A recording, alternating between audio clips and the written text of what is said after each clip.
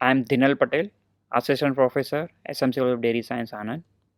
I am one of the content writer of paper number 13, Food Additives, module number 21, that is raising agent, glazing agent, and a sequesterant in a food industry. As we all know, the raising agent is also known as a leavening agent. Glazing agent, that provides a shiny appearance into the food product surface, and a sequestering agent or sequestrant, that is also known as a chelating agents. They all have their distinct application in the food industry, and in this module we are going to discuss them one by one. Now first let's see the raising agents for the food industry. The raising or a leavening agent is a substance used to produce or stimulate a production of carbon dioxide in a baked goods in order to impart a light texture that includes yeast foods, and calcium salts. It is a substance or a combination of substance which liberate gas and thereby increase the volume of a dough. The different raising agents are discussed here. The first raising agent is calcium carbonate. It is used as a color also. It's a source of carbon dioxide in a raising agent, an anti-caking agent, and a source of calcium and a texturizing agent in a chewing gum. The calcium carbonate is used in a chewing gum and in a bread. The next is magnesium phosphate. The magnesium phosphates are used as a acidulants in a raising agent in a dough of bakery goods. Next is calcium phosphatase. Monocalcium phosphate is used as a raising agent when a rapid reaction with sodium bicarbonate is required. A dicalcium phosphate is available in a both dihydrate and anhydrous form. The dihydrate is used as a raising agent in a combination with other phosphate and sodium bicarbonate. It is used in a product that required a baking time in excess of 30 minutes and in a combination with faster acting raising agents when it provides last minute expansion of a cake batter just before the batter sets. The next is ethyl cellulose. Ethyl cellulose can be used as a bulking agent and a raising agent. Ethyl cellulose polymers bring binding, film forming, and flavor fixative benefits to the food products.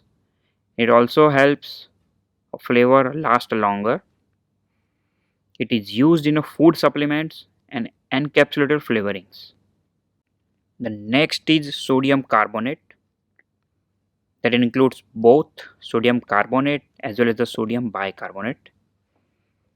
Sodium bicarbonate does decompose thermally and can be used alone as a raising agent. The bicarbonate is generally generating a carbon dioxide by the action of heat at a temperature even low as a 60 degrees centigrade. A sodium carbonate is used as a raising agent in a cakes in a combination with, for example, sodium aluminium phosphate. The carbonates are used in a wide range of baked goods, including the pastries, cakes, waffles, cookies, and scones. The sodium bicarbonate is well known as a baking soda, a baking powder. It is the leavening agent produced by mixing a baking soda and acid salt. A flour or a starch is added to stabilize the mixture and to standardize it such that at least 10% of carbon dioxide is released upon the heating. The next is potassium carbonates. The potassium carbonate can also be used in a baking powder to generate a carbon dioxide by mixing it with an acidic material such as tartaric acid and a disodium phosphate. The tricarbonate is also used alone, generating a carbon dioxide by the action of heat at temperature around 60 degrees centigrade. The potassium carbonate are used as a raising agent where it is necessary to restrict the amount of sodium or enhance the potassium in the product. Such product very well used for a hypertensive person. The potassium carbonate is a more soluble than a sodium carbonate. A potassium carbonate releases carbon dioxide only when used in a conjunction with an acid. It is thus less convenient to use than a sodium carbonate.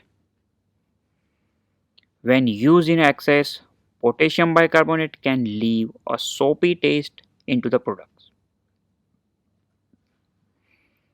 A potassium bicarbonate is a more expensive and required a higher usage rate than the sodium bicarbonate. It is used in a low sodium crackers or a biscuits and energy bars. It is also used in a treatment of hops in a cocoa powder, used for a baking or a chocolate drink, and in a gingerbread also. The next is ammonium carbonate.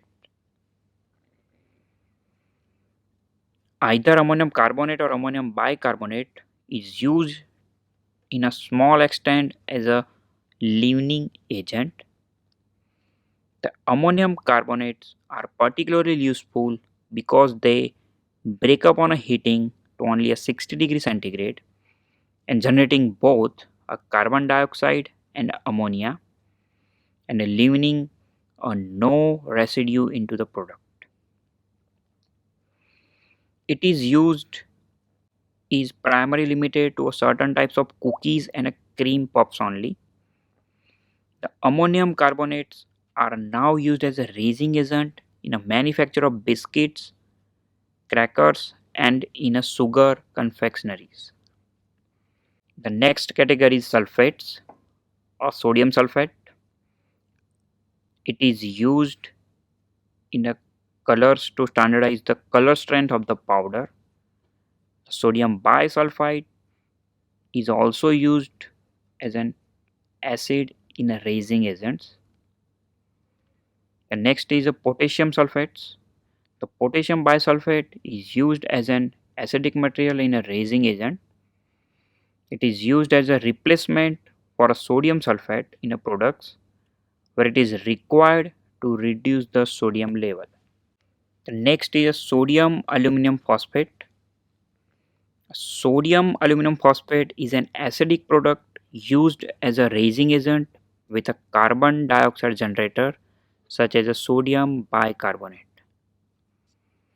It provides slow release of carbon dioxide and is used in a commercial dough and a batter where the dough is made up and is held refrigerated before the cooking. Its particular benefit is the low level of carbon dioxide released during the refrigerator storage, and it is widely used in scones and sponges. The next is the yeast. As we are very well aware with the yeast, and yeast is the commonly used as a raising agent in a bakery industry, especially in a bread and a cake making. The yeast is a single celled plant that reproduces by budding and is capable of converting a sugar to alcohol and a carbon dioxide. The production of carbon dioxide causes the flour mixture to rise. The form of the yeast can be used in a food applications are dry or granular, cake compressed of fresh. The formation and migration of carbon dioxide in a network of cellular compartments to lighten or raise the dough, thereby improving its ultimate palatability. Now, after seeing various kind of raising or leavening agents, now let's move towards the glazing agents. As we all know, the glazing agents are form a glaze over a surface, and that will ultimately lead to a shiny appearance of the product, and it will provide an another layer on the surface. So let's discuss them one by one. Now let's see the glazing agents for the food industry. A glazing agent is a natural or a synthetic substance that provides a waxy, homogeneous coating to prevent a water loss and provide other surface protection for the substance. Substance which when applied to an external surface, often food stuff, that imparts a shiny appearance or provide a protective coating. The different glazing agents are discussed here. The important glazing agent is agar. Agar is used in jams and marmalades, toppings and fillings for the bakery products such as donut glaze.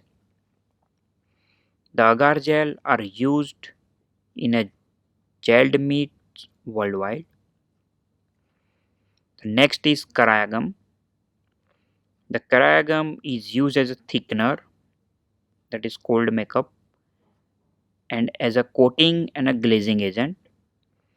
The caraya particles do not normally dissolve but swell in a similar fashion to a starch. Next is a pectins. Pectins are used in a range of mainly acidic foods and most typically fruit products like jams, jellies, industrial fruit preparations for the bakery and dairy products, sugar confectionery, but also increasing in a glaze and a sauces for the savory products. Next is a dimethyl polysiloxane. It is used as a carrier of the glazing agent for the fruit. It is permitted in a limited range of the products such as jam, soups, frying oils, drinks, canned and bottled fruit, and in a chewing gum. The next is a beeswax. It is a purified form of naturally produced honeycomb. The beeswax is permitted only as an glazing agent in a range of snacks, confectionery, and bakery items, and food supplements and the surface of the some fresh fruits. It is generally used in a small confectionery items such as jellies and gums and tablets. The next is Candelia wax. The Candelia wax is permitted only as a glazing agent in a range of snacks, confectionery, and bakery items, some food supplements, and the surface of some fresh fruits. The typical products include a chewing gum and a small pieces of confectionaries. The next is Carnauba wax. It works well where pressure can be applied to produce the shine. The Carnauba wax is permitted only as a glazing agent in a range of snacks, confectionery, bakery items, some food supplements, and the surface of some fresh fruit up to the specified limit. The Carnauba wax is used to glaze a small piece of chocolate confectionaries, gums, jellies, and a chewing gum. The next is a shellac. It is used to produce a polished surface on a product to prevent a sticky item from sticking together and to reduce the moisture loss of a fresh fruit. The shellac is insoluble but dispersible in a water and provides high gloss without the need for pressure. It can be used in a combination with other glazing agents. The shellac is permitted only as an glazing agent in a range of snacks, confectionery, bakery items, some food supplements, and the surface of the fruit, some fresh fruit. The shellac is used on a small coated pieces such as chocolate and a flavor coated confectionaries, biscuit, and a gums. Next is hydrogenated polyone. It is permitted as a glazing agent for a limited number of foodstuffs, specifically namely sugar confectionery and dried fruits. The another glazing agent is oxidized polyethylene wax. It is used to provide a protective coating to a fresh fruit to reduce the moisture loss during the storage. During the washing process, fruit tends to lose some of its natural wax, and a glazing agent such as oxidized polyethylene wax are used to replace it. The wax is sprayed on as a very small droplet size emulsion. The next is pullulane, which is used as a glazing agent for a coating of the food supplements that are in a capsule or a tablet form and breathe freezing microsweets in a film form. The next category of additives is a sequesterants for the food industry. A sequestering agents, also known as the chelates, are combined with a polyvalent metal ion to form a soluble metal complex to improve the quality and stability of the product as a free metallic ion promote oxidation of food. They are used in various aspects of the food production and processing, chiefly to obviate undesirable property of metal ions without the necessary of precipitating or removing these ions from the solution. The different sequestering agents are discussed here. Citric acid, its a primary function in a food are as an acid, acidity regulator, antioxidant, and a sequester.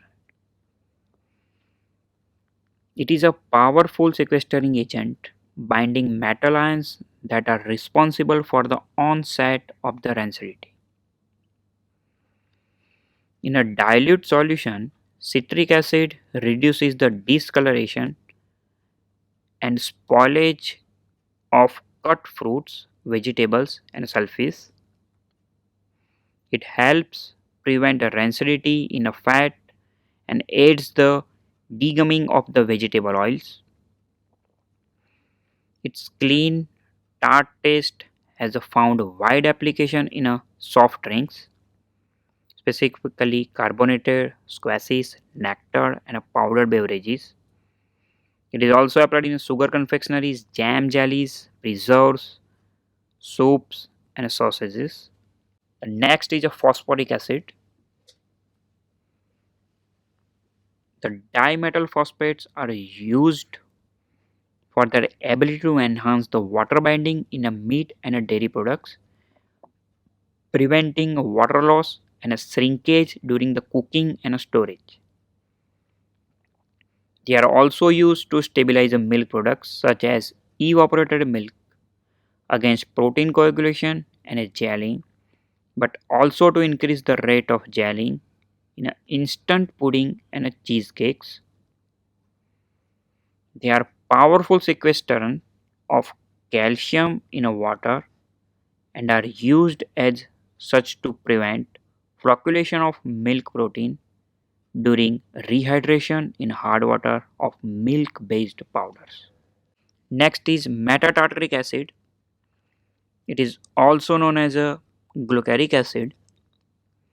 A metatartaric acid is used as a sequestrant to prevent a deposition of cream of tartar, that is monopotassium tartrate, and a calcium tartar in a wine during storage. The metatartaric acid is permitted only in a wine and made wine up to 100 milligram per liter. It is delicate and should be kept in a tight closed packages. The next is the EDTA, that is very popular, and it is ethylene diamine tetra-acetic acid. The EDTA is the most commonly used sequestering agent or a metal complexing agent used in a food industry. It retards the discoloration of dried banana, beans, chickpeas, canned clams, pecan pie filling, frozen potatoes, and a canned shrimp. This compound improves the flavor retention in a canned carbonated beverages, salad dressings, mayonnaise, margarine, and sauces. Retard the struvite formation in a canned crab meat and a shrimp, and protect against rancidity in dressings, mayonnaise, sauces, and sandwich spreads. Next is calcium disodium EDTA. The calcium disodium EDTA is used to sequester a small quantity of the metal ion present in a raw materials or a processed water. These metals tends to catalyze degradation reactions such as those leading to rancidity, and their removal increases the stability of the product during the storage and extends the shelf life of the product. The calcium disodium EDTA is permitted only in a number of canned and bottled products, in spreadable fats and emulsified sauces with individual maxima specified in each cases. Widely applicable in a catering sauces and a salad dressings. Next is a sorbitol. Sorbitol syrup is used as an efficient humectant, but it is act as a sequestering and emulsifying agent in a confectionery and a bakery products, as well as in a mayonnaise, cream, and a sauces. The typical products include a sugar-free confectionery products such as chewing gum, compressed tablet, hard-boiled, soft and a chewy candies, and a chocolate, a bakery products, and a fish and a surimi products. The next is erythritol. It can be used as an sweeteners. It can act as a flavor enhancer, carrier, humectant, stabilizer, thickener, bulking agent, and of course, it's a sequester. The typical products include a confectionery, desserts, food supplements, liquors, etc. The next is a triethyl citrate. The triethyl citrate is used to increase the rate at which rehydrated egg white powder form a stable form. It can also be used as an anti-foaming agent, stabilizer, or a carrier solvent above the sequestering agent. Now let's see how these food additives are permitted in a food products in India according to Food Safety Standards Authority of India. First of all, let's see the raising or a leavening agents. Generally, a raising and leavening agents are only permitted in a bread, biscuits, cakes, and pastries. The leavening agent like baking powder and ammonium bicarbonate are permitted at the level of GMP, that is good manufacturing practices. The ammonium carbonate is permitted in a bread and a biscuit up to the 5000 ppm maximum, while in case of cake and pastries it is limited to 500 ppm. The next is a glazing agents. Few of the glazing agents like Shella, Beeswax, that is white or a yellow, Candida wax, gum arabic, and a pectin are permitted in a chocolates only, and that is up to a GMP level. The next is a sequestering agents. The sodium hexametaphosphate is permitted under the category of sequestering agent in a various food applications like carbonated fruit beverages or a fruit drink, carbonated water or a cold drink, a nectar, thermally processed fruit beverages, fruit drinks or a ready to serve fruit beverages, and it is permitted up to the level of 1000 ppm. So by this module we can come across the different types of raising or a leavening agent or a glazing agent, as well as the sequesterants with their probable application in a food system. We also discuss about their permeability in the different food products specifically mentioned by the Food Safety Standards Authority of India. Thank you.